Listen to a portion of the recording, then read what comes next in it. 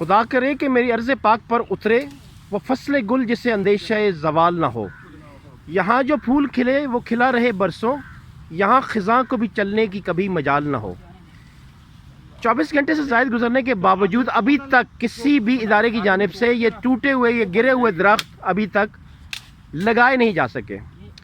شہریوں کی تنظیمیں اس وقت مصروف عمل ہیں کہ یہ گرے ہوئے درختوں کو اپنی جگہ پر دوبارہ استادہ یا کھڑا کر سکیں.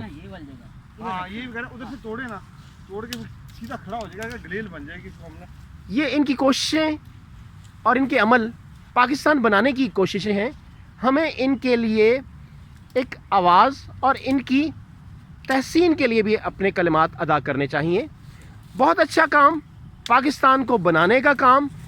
ہم اکثر فیس بک یا یوٹیوبرز یا پھر سوشل میڈیا کے لوگ مختلف خامیوں پر ہی زور ڈالتے رہتے ہیں اور سٹریس کرتے ہیں کہ ان کو اجاگر کیا گیا، جبکہ اچھا کام کوئی بھی ہو اس کے لیے ہمیں آگے بڑھ کر پاکستان کی تزئین و آرائش، پاکستان کے لیے کام کرنا ہے.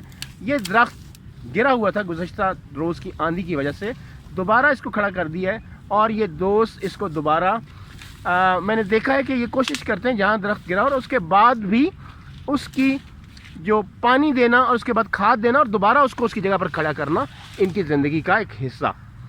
ہم سب پاکستانیوں کو اسی جذبے کے تحت کام کرنا ہے اور پاکستان کو بنانا ہے اور اس باغ کے ایک ایک درخت، ایک ایک پھول، ایک ایک پودے کو دوبارہ اس کی اصلی حالت پر لانا ہے.